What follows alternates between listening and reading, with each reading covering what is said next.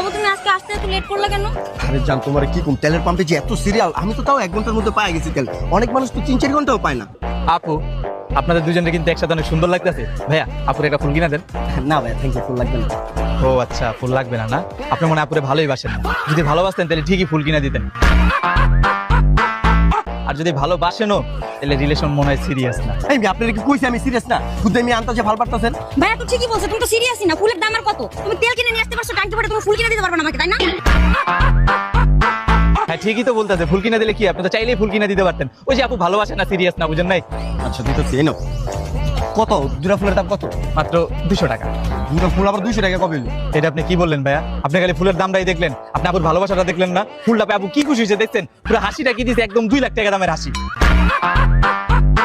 আর আপনি দাম দেখতেছেন ভাইয়া। দুটো ফুল 200 টাকা। এলো। ঠিক আছে।